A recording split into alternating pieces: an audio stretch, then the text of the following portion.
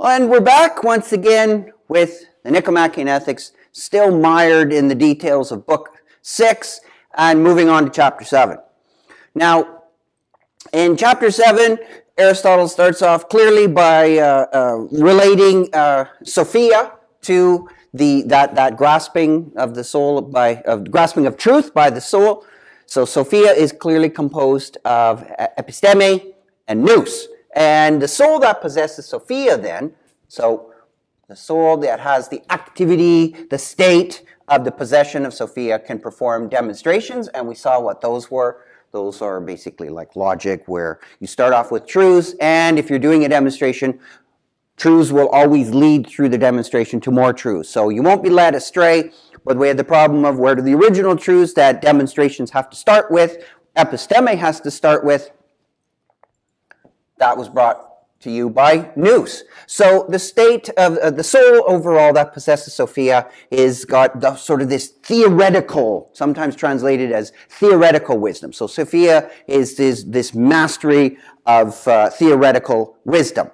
And it's also embedded in the term philosophy, philos Sophia, like the lover of wisdom. So it seems to be this kind of wisdom, in the sense of demonstrative and this deeply intuitive type of understanding.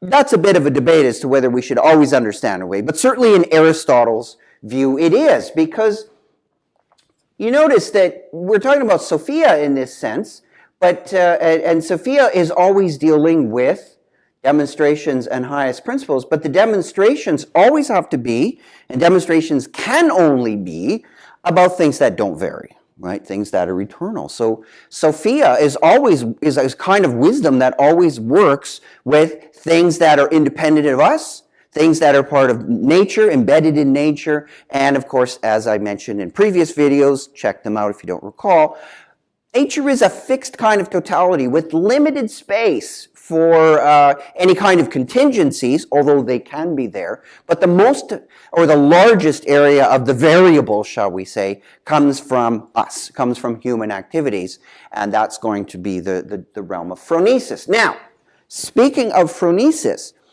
it's important to realize that for Aristotle, as important as phronesis is, and it's critically important because it's that mode of the soul that grasps truths about variable things, namely dealing with praxis, our actions, not techne. Remember, techne is just about bread baking and pottery and all that kind of stuff. Important, but not the most important thing for human life. Phronesis is. However, and phronesis, as we'll see, leads on is related to politics. And Aristotle says, look, politics or phronesis, they'll be related. I'll get to that in a later video. But the whole idea of phronesis, like that sort of practical wisdom on the small scale and practical wisdom on the larger scale, namely politics, this is not the highest knowledge. As a matter of fact, Aristotle says it's absurd to think of phronesis or political kind of thinking or political phronesis in that sense of the larger notion of phronesis. It's absurd to think of that as the highest form of knowledge.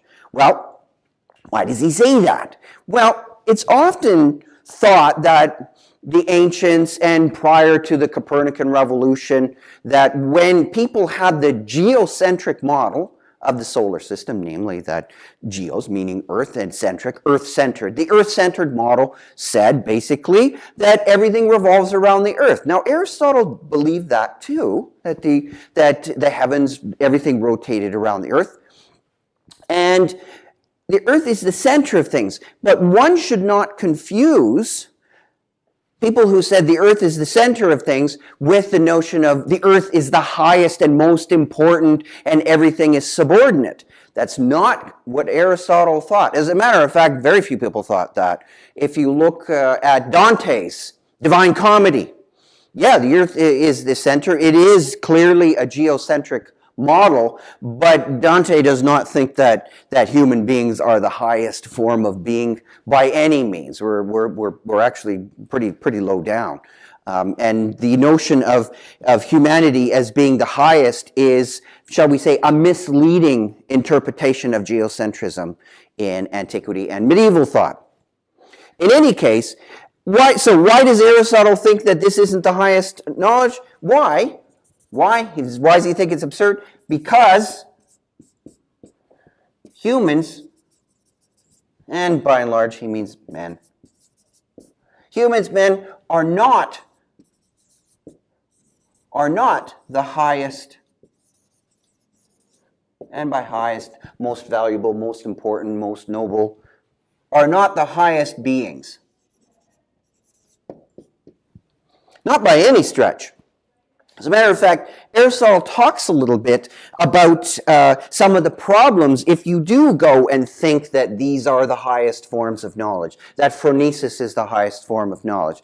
Because remember, phronesis is dealing with truths that are variable, but truths that are for our well-being. So when you exhibit phronesis in your personal life, remember, as I talked about, you're trying to integrate all the things and achieve this balanced whole.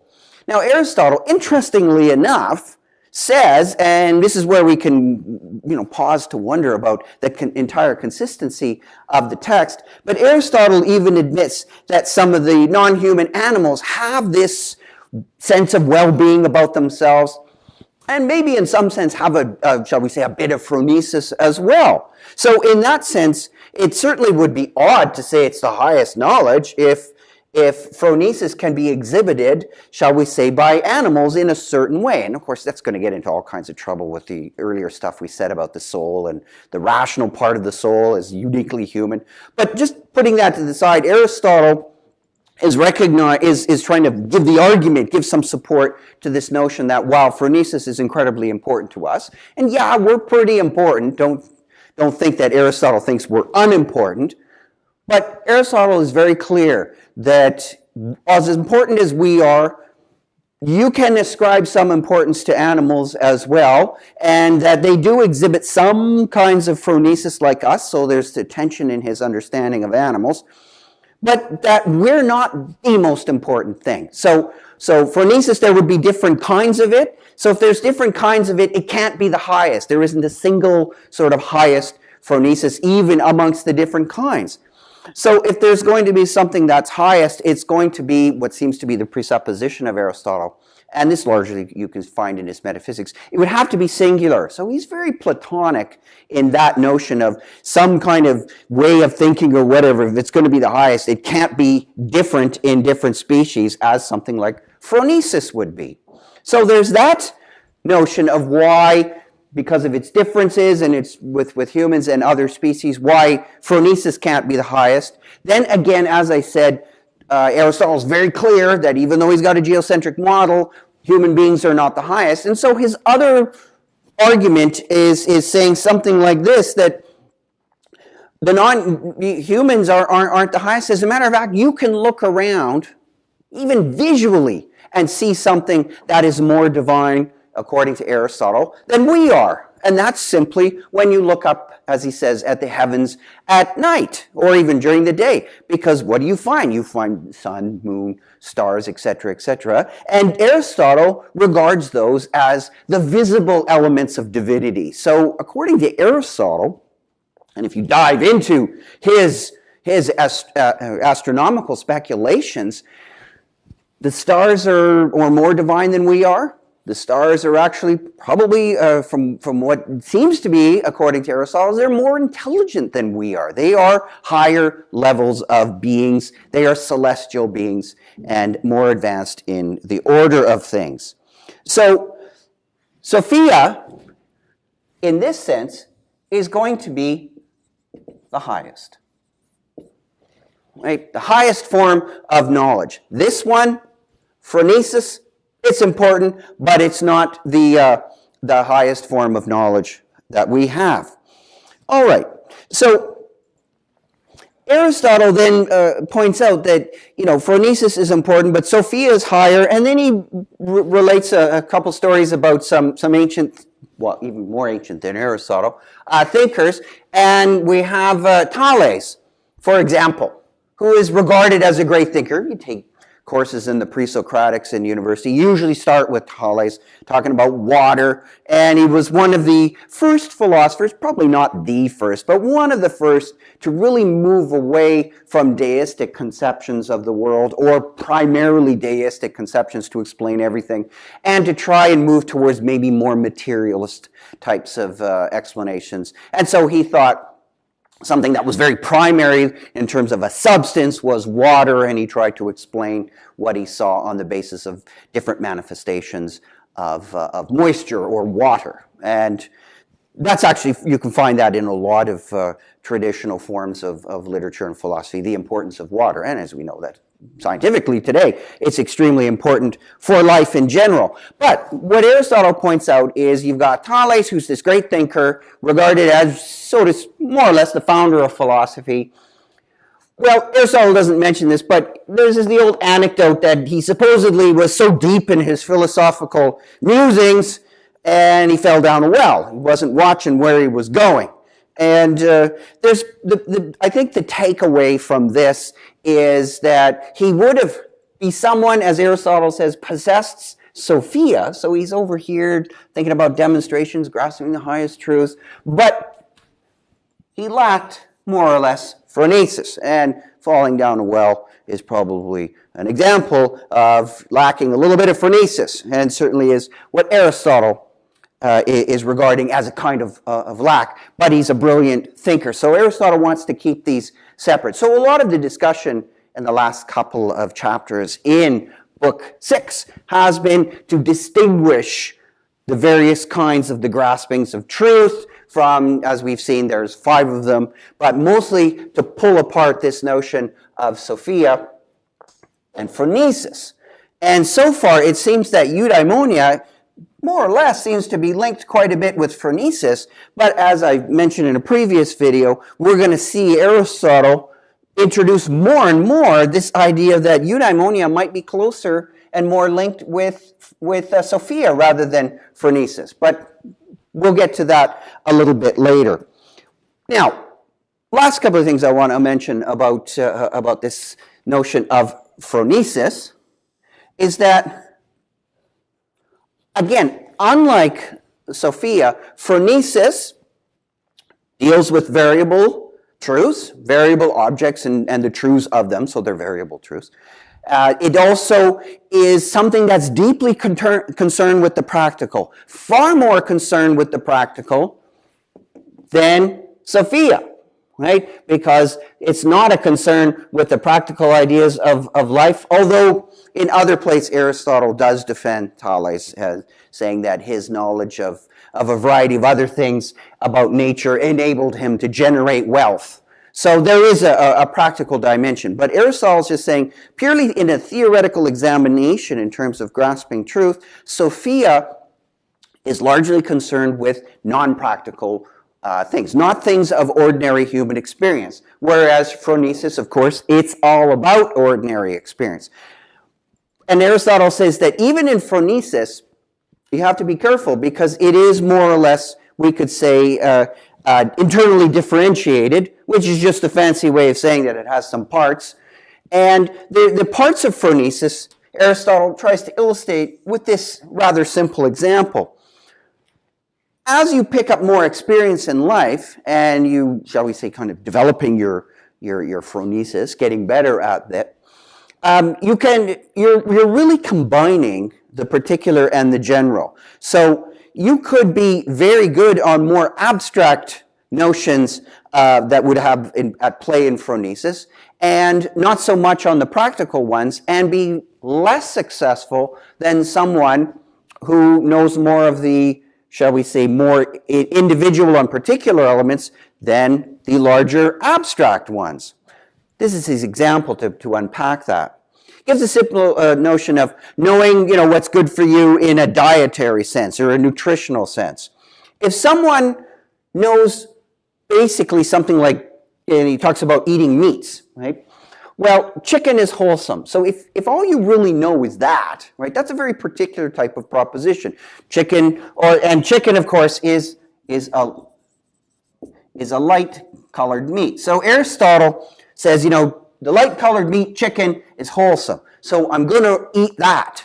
And so that's a thing that's going to help my health. It's good for digestion, etc., according to Aristotle's understanding of nutrition. So there you go. That's a particular. The general proposition is along the lines, and I'm paraphrasing Aristotle, trying to get sort of the essence of what he's after, is light meats are better than dark meats for digestion and health. Now imagine, Aristotle says, if you were someone who knew the general, so that's actually more information there, but you would be less successful. Because if you knew that light meats are better than dark meats for digestion and health, but you didn't really know which are the light meats, and you didn't really have that lower level, more particular kind of knowledge, you would be less successful than the person who didn't have this higher, more abstract form of knowledge and just said, hey, light meat chicken, that's what I'm eating. So in that sense, Aristotle says someone can actually be more successful in their own everyday life if they know more of the particular. Nonetheless, Aristotle is still stressing that the general is important because we don't live our entire lives in particularities. And he's going to go on and talk about that a little bit more because, as I mentioned earlier over here, that the notion of phronesis is really not completely different from politics. It's going to have a relation to it. In other words, you're going to have phronesis sort of in the smaller sense, dealing with the individual lives, then a little bit larger with home life, and then larger as you move up in terms of the hierarchy towards society. But for now, Aristotle just wants to unpack the idea of how different it is from Sophia, and it's also internally differentiated, and we'll see that it's also organized in hierarchies. So this is the general project of trying to elucidate this notion of phronesis. So it's better in general, though, to have comprehension or the ability to handle both. That's what you need for real, shall we say, to have real phronesis. You should have them. You should be comfortable and knowledgeable about particulars and generalities. So, but Aristotle also says, at the end of the chapter, that even phronesis on the individual is kind of a particular. And what we need is be able to deliberate well, not only about our particulars in life, but larger generalities. And so what does it mean to deliberate well? Well, as we've seen, Aristotle in earlier books talks about deliberation, right? To deliberate is to think about the things that are best for a human being among other practical goods. So we've got this notion of dealing with practical things on the individual level. It's going to move up to the household and larger ones. And that larger one eventually is the master science of this, namely politics. And as we've seen this before. We've seen earlier, way back in book 1, where Aristotle talks about needs and goods and all these things, and how goods had to fit in a variety, like goods. The good of the bridle maker eventually fit into horsemanship, and horsemanship fit into generalship, and generalship would fit into leadership, and so on, up until you have the larger master art of politics. So what Aristotle is going to do, and stay tuned for this, is to look at how phronesis is differentiated in terms of its general levels. And so the goal is to relate it back to the master science of politics. See you next video.